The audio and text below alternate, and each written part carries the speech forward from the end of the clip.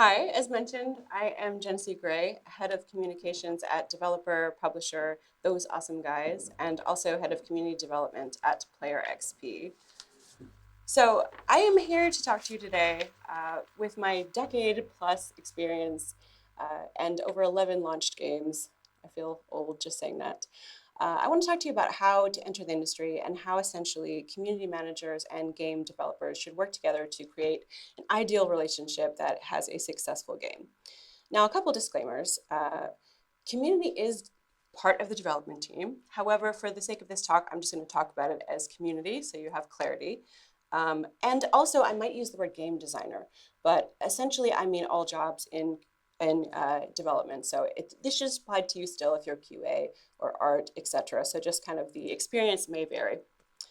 And also, I understand that some of you may go on to work in AAA studios, and some of you may be the community manager with your 4-person team that you're going to be working with. So hopefully all of this is still valuable information for you. So you might be wondering, why game designers and community professionals? Why this pairing? So the two jobs may seem very different, however, they share a lot of similarities, and we're going to compare them and contrast them. But trust me, you know that old saying, if a tree falls in the forest, does anyone hear the sound? If you make a game other than an artistic project, without your community, you definitely won't make a profit. So there is significant overlap between these two. Both roles focus on creating engaging experiences for players. Game designers obviously create the core values, mechanics, systems, and content that make up the game, while community managers work to build that community around the game, engage players, and facilitate communication between the players and the development team, especially in larger studios. So the end result should be immediately obvious. And players get listened to. It's very important for production, QA, and also game designers themselves. So in my case, the community team has always been the first line of playing. All the way from alpha at the beginning, they are the first testers of your game. So they'll give you feedback. Oh, trust me, we will give you feedback on early game builds and also later on in the process on features that might engage the community. Also on things that perhaps need to be pivoted on your marketing as how we feel about the game. After all, we're making the social content usually for your game, and so we want everybody to look great while doing that. Ultimately, both game design and community management are focused on creating positive experiences, and the overlap can lead to obviously more successful games, but also help you to create the product you're out to make initially. So many of you assume that you know what community management does, but likely you don't, because even I don't, based on different studios when it comes to community. There is no set rule what community will do. Sometimes they establish platforms, they create assets for marketing, they can create trailers, videos, they can explain what the next big thing is that's dropping from production this week, and also running betas, doing live streams, even QA and customer support. So it's really important that the coordination between these two departments is solid. You will work together closely if you want to create a well-received game. And I'm going to give you an example of how all this works together. I've just dropped a lot of knowledge on you. Great, facts are wonderful, but let's see how this works in application. So picture it, Sicily, 2018, although some of you are way too young to get that reference. We're going to go into story time. So in 2018, I was working on a game, a turn-based tactical game that was getting ready to launch. It took place during the Cold War, and you could either be the KGB or the FBI. You were fighting this mysterious force called the Cabal that was out to disrupt the world and cause chaos. And it had some awesome features like this MK Ultra program, where you could leave an agent behind if you didn't carry them out and they died in the level. They could come back as a sleeper agent programmed to be triggered by a series of commands that might sabotage your team. So you really never knew who was on your team there. There was even a world map where you connected things together with red string. And we had a wonderful Discord full of people that really enjoyed conspiracy theories, and there was a lot of hype around the game. So it finally launched, very excited, the whole team is very excited. We're watching the community play it, the designers are partying, the press loves it, 9 out of 10 across the board. And then slowly we see the reviews coming in. So these were from Steam at the time. Mostly it feels like a whole lot of potential kneecapped by some bafflingly bad design decisions. Ouch. Line of sight is often arcane guesswork. And then my favorite one, Walls are no problem for the AI in this game. They shoot over a distance of 100 meters through an open door, 3 rooms, a keyhole, around an orange, and still hit a full shitload of rounds into your hidden agent. I like the overall game mechanics in the presentation, but this is a total game breaker. So that was a problem. Now, a little background. The big claim to fame on this game was, again, back in 2018, everybody was really hyped about XCOM. Because of RNG, they had a lot of feelings about this. So I'm going to assume you know what RNG is, but I'm going to expand on it if you don't. So in some games, people were literally angry because you could walk up to an enemy who was not in cover, put a weapon to their head, and a random number generator would sometimes say that you have not hit them. So Phantom Doctrine didn't use this system. We're very proud of it. Instead, weapons always hit their targets, but all characters in the game had this awareness system, so that defined whether or not the character could negate some of the damage or outright dodge it in that turn. So typical for turn-based strategy is a cover system helps you mitigate some of the damage and reduces the chance of hit, and damage can be reduced only to a minimum value in this. Now, in Phantom, the Phantom issue, see what I did there? Came to life because of movement. That was the issue here. So back in the day, if you were playing a strategy game, you would just bump into enemies, and whoever had the first turn, usually a la XCOM, was the winner. So the problem with this old school approach is that it makes the game slightly less tactical, and once you know where your enemy is, you pretty much have to think of an active way to take them out. So a frequently used solution is the cover mechanics sidestep, right? When adjacent to cover, visually, a shooter would stick to the wall, take a peek around, and then the target would be revealed and shot. So technically speaking, the shooter would check for line of sight both from the actual position and an adjacent tile at the same time. And if either provided line of sight, then the shooter had line of sight. So having just this would mean that the target wouldn't see the shooter, so the system had to be symmetrical, even if slightly silly. So the target would also consider a cover sidestep for the sole purpose of getting shot, I guess. So targets are considered to be on the tile they actually stand on and on the one adjacent. So you can see the green guy there, an S, and also on the green tile there. So they'd peek out from there. And there's plenty of solutions where you wouldn't see them coming. So the more walls you get, and a lot of this game was taken inside, the more tactical it would get.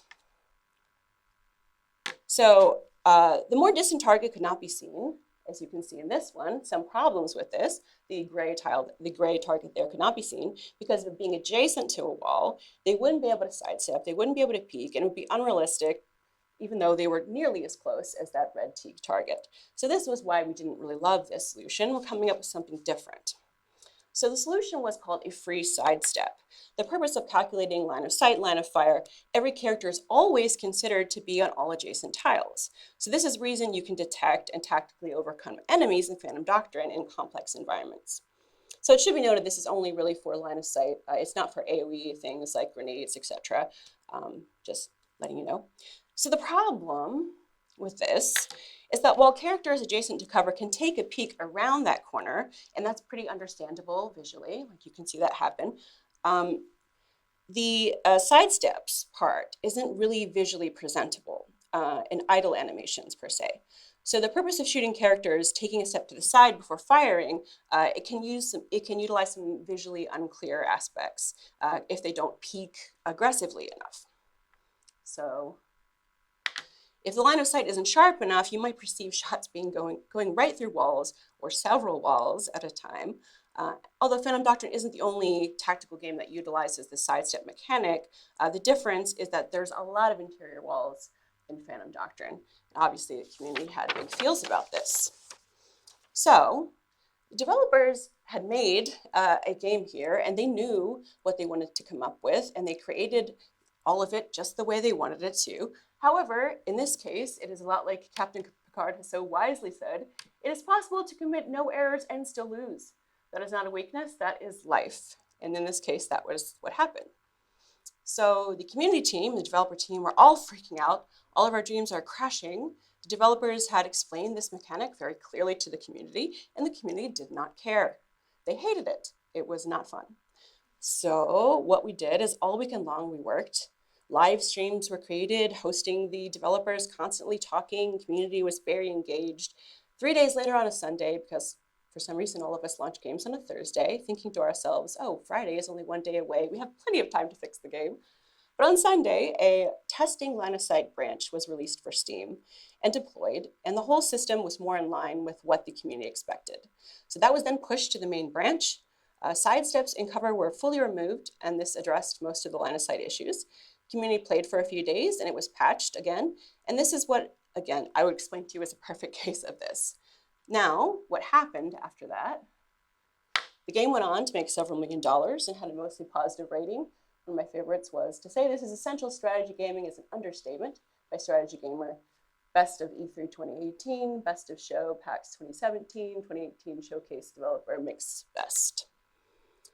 So this is an example of how things should ideally work, hopefully in a more positive scenario, between you and community and game development. And you'll find that the real world, for any larger AAA company, usually tries to keep these two departments siloed, which is kind of fascinating to me since they really should be working in tandem. Don't let them do that if you have a choice. So it all comes back to community.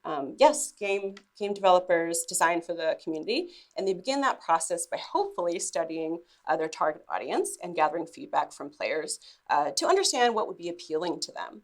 So we need to know who our competitors are, what is we should emulate and what to avoid. And also at the beginning of the process, which you're very early on, especially during betas and especially in launch and beyond, we need to keep an eye on other games and what's going on with that. So research is very important. Game designers obviously conduct extensive research on their target audience, hopefully, to understand interests, preferences, and habits, and then use that in their game that they're imagining to appeal to that target audience. For example, if you have young adults who are interested in action games, that's something you really need to take into consideration for the game mechanics that you're adding. Maybe fast-paced sequences, maybe a compelling storyline, etc. Now, interestingly enough, community teams are also doing this when they're building your platforms, and especially when it comes to marketing. It doesn't make a lot of sense for those two departments to be creating these things and not actually coordinating or working simultaneously. It's doubling the work for no reason. Now, trends are also very important. However, you have to be considerate of the fact that your game may take 2 or 3 years to make, so the trend today might not be applicable then, but you should still pay attention to it. So if a battle royale game is really popular and you're planning on creating a battle royale game, that you should be looking at what's going on currently there. Another one is player psychology. So game designers need to understand player psychology to create compelling gameplay experiences. So you need to know what motivates your player to keep playing. You can put a game out and maybe your idea is a single player that ends, but if you want to have any kind of replayability, you have to understand why someone would keep coming back to your game. So player motivation, flow state, feedback is very important. And so designers who understand that are going to be better equipped to create successful games. So community managers also need to understand that impact because players' retention is really important, and a lot of it does come down to community. So they need to showcase positive interactions with the community and highlight popular player choices made by other players. Let's see. So during beta and launch, this is later on after the game is initially set up, we're moving into that phase. So feedback. Gathering feedback is really important, and this is where that communication between the two departments is really key. A lot of times your community is going to hear immediately what your players think about things and have to ascertain if just a few people are saying this or if this is a larger issue of the community, and bring that documented and analyzed as much as possible to the development team, letting them know what they dislike and like about the game. That way you can adjust the mechanics, you can adjust the pain points, storyline, and other elements. This is not even talking about QA and bugs, to help you achieve a better result with your game. Sometimes games are too difficult. Difficulty is a real big one that community will convey to you very quickly. And also, again, production and QA are very focused on mitigating bugs and improving player sentiment, but all that feedback is good for both departments. So there have been many instances where developers have received feedback, sometimes negative. So we're going to focus on a couple of those, although you may be looking at the Lord of the Rings Gollum happening right now and seeing negative feedback in real time. So one of them is Diablo 3, which very popular, hopefully you all know that. They received criticism for their online always requirements, and the fact that they didn't have as much content. So Blizzard listened to the feedback and they released several updates that add more content and address some of the concerns of the community. Should I go backwards here? They also released an expansion called Reaper of Souls, which further improved the game and addressed many of the remaining issues.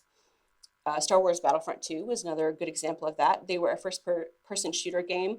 They received a lot of criticism for their pay-to-win mechanics, and also they had a loot box system, and the community didn't really enjoy that.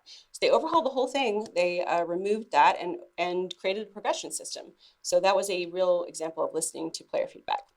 So metrics, as you can see here, retention, monetization, all those things. Metrics are not sexy, but really important to know. So you can identify what features are popular and what needs improvement and what people are spending their time on. So keeping the hype. Now that your game's out and people are playing and they want to sell more copies, this is long-term growth planning.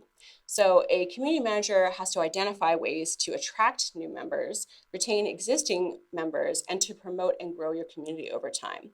So this might involve specific marketing efforts, outreach to potential members, partnerships with other games, which is very popular, people can see, bringing characters or skins from other games into yours and collaborations, and also community organization. So community extra requests are really important here, passed on to marketing and development team. So there's been a couple examples of this happening. So they're usually odd examples. You cannot really predict what the community is going to say about any given thing. Hopefully you've seen Breath of the Wild, the thirst for Ganon. No one in community could have predicted that. However, it does exist. So one of them in World of Warcraft was Dance Studio. People wanted Dance Studio to be added to the game so they could create and perform custom dance animations. And that request was eventually added several years ago so that they could create their own animations. Fortnite, people wanted, after watching the Marvel Avengers Infinity War, Marvel Adventures Infinity War, they wanted to be able to create a Thanos mode so that you could add this mode where you could become Thanos in the game and use your powers to dominate other players. So that was also done. The Sims Ghost Babies in Sims 2, players discovered a glitch which allowed ghosts to have babies with Sims. Who knew that would happen? And that became a popular request of the community. It was eventually added as a legitimate feature in The Sims 3, so you could have a ghostly family if you wanted to do that. And Grand Theft Auto 4, the jetpack, popular open world Grand Theft 4, they wanted that officially added to the game, although it is not officially added at this point. They have really hinted that it's going to be added in a future update, so no spoilers, but that is something the community has requested. Now, incentives and rewards. It's really crucial to build a strong and engaged community, and a lot of times that involves a level of bribery. So a community manager must develop a system, as do game designers, where they have Steam rewards, etc., for recognizing community, especially community that goes above and beyond, and people that are advocates for your community. So that might include virtual badges, things you can do in Discord for titles, points, other forms of recognition, motivation. We usually have a art contest, and we'll reward people with that. Of course, you can distribute keys, etc., and come up with creative ways to keep people engaged. That's all part of gamification, which I'm sure we all understand, but it creates a place for participation so that the community almost has its own life outside of the game, where people enjoy spending time together, seeing each other, and actually engaging together. So hopefully this is a little bit of a comprehensive look at what the community team goes through when you're getting towards launch. We haven't really touched on production, so we're going to touch on that a little bit. As you launch a game, it's really important for production to understand what's going on with player feedback. For QA, of course, but also because there are certain developmental areas in production that are going to be things that they're going to modify, let's say. You want to do a DLC later, you want to do additional content, maybe you want to release some updates, etc.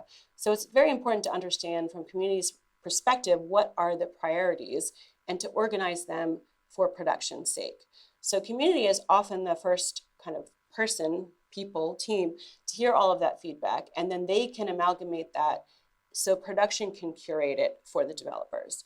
What we found a lot of times is that production almost stands between developers and community managers because they are so busy working on things for the game, sometimes they don't have time to either look at those bugs or they'll look at all of them and try to fix them at once. So it's really important for production, that aspect, to be curated for them, rolled out. Again, mental health, good life balance, all of those things post-launch are really important, and community can kind of help you to get there. So hopefully that's given you enough information about community. This is for you, and I'd like to know what you want to know about. I'm giving you kind of general information, but there are a lot of specifics for different departments, hopefully, that I can provide for production, for QA, for community, for marketing. All of them I've kind of worked with in the past. And if you have specific questions, I would be glad to answer them. So here we go, question time. Yes. Okay, so for some games, I'm gonna take Overwatch as an example. It feels like a lot of like the communities that are like visible, like if for example streamers or YouTubers or like that part of the group, they are usually high like skilled players, right? They usually like paid a lot because that's their job to pay a lot. So their opinion is kind of based on their skill level, but that kind of also reflects to their like viewers and such.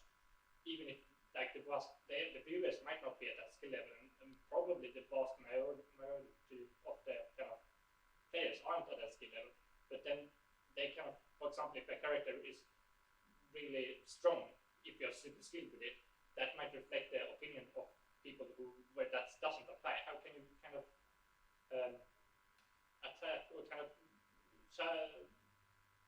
solve that problem, right? So I'm going to repeat the question back for sound, if I can understand it correctly. Influencers essentially have their own specific point of view.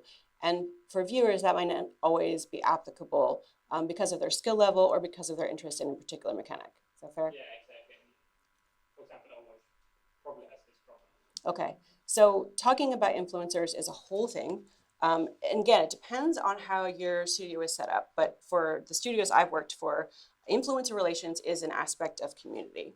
So while you may reach out to a PR company to make a list of, you have a budget for influencers, and these are your higher level influencers that you're going to pay to show your content and kind of baby because they have a large audience, you pick them specifically because they are a good match for your game and specifically because they're going to show the things you'd like them to do. Now, that's a higher level thing. Community also should be pulling out influencers that might not have huge followers, but that are really enthused about the game, that are really showing, the kind of emotional attachment and the kind of community aspect that you want to be showing to the game. So hopefully, if you're doing this correctly, while you have a lot of viewers on these higher level, and hopefully you've mixed the kind of influences that you're showing, maybe this one is really great at mechanics, and this one is more character driven, and this one's more story driven, etc. You also have a kind of smaller group of advocates in your influencers that are also going to be playing, and you're going to be highlighting them. What I usually do for them is I will take small recordings of them having an amazing time, laughing, having, just loving the game, ask them if it's okay, and I will use them in marketing and say like, oh, look at XX streamer, having a great time. Here's a link to XX streamer, also buy the game, stuff like that. So there's a balance between that, but I can understand that sometimes influencers definitely have a point of view, and if you select them carefully, hopefully that matches what your game is intending to show. Yes? So I just have a question. I mean, I'm wondering, I don't know if this is true, but sometimes it seems like community departments are sort of underfunded, like they're maybe not as big as they should be, and I'm just wondering, to your mind, what is sort of an ideal community team if you were to sort of have an ideal set of people? Like how big? Obviously, it's different depending on the size of the studio, the size of the game, but like what kinds of different roles and how do you see that organized? Yeah, that's a great question. Okay, so the question is about the ideal size of a community team and the different roles that they would play if you could have the wish list of community teams. So it depends obviously on your game, but Discord is a very intensive platform. Any kind of forum-based, text-based platform is very intense. Having somebody that is dedicated specifically to that platform would be extremely helpful. When it comes to community, I use the term to encompass social media as well as community. Community is its own department. It is the people that are directly speaking one-on-one to players. Social media is more about sending out a message to players, a little bit more marketing, a little bit more here's the studio conveying information. They are very different departments, and certain companies mash them together and have, the skills are very different that you need for those two departments. Other people break them out and have them. But for mine, I've always tried to wrap them under communications and say, this is community, this is social media, here are your skills here are your skills here, and then have them combined together. So people that are more surprisingly analytically minded would be wonderful for social media, because a lot of that is looking at metrics, looking at saying, here's my engagement, here's my impressions, this is why we should do X, this is why we should do Z. And we do modify the type of marketing based on the actions from that. So it's a little bit of a different mindset versus the person that's more connected to the community, that has to build that one-on-one relationship. And that's interesting on the community side, because often and I call it like a bank of goodwill, often the goodwill that you're building as a community manager with your Discord allows you to have a little bit more freedom in the reception of your game. So if you've already established a relationship there, if people understand that you're genuine, and especially if you can, as a community person, which I do, highlight the developers as people, do live streams with them, let people see their faces, let people understand that they are, working on something that they're passionate about, then if your game does launch, and it might not be perfect, as all games are not perfect, you have a little bit more stretch before people are going to be very angry about something you're doing. They will understand if you're working on bugs and you acknowledge that and you have transparency. And that kind of allows you to build up some of that relationship. I hope that answers your question. Do we have any other community-based questions? Okay. I sort of took your job, sorry.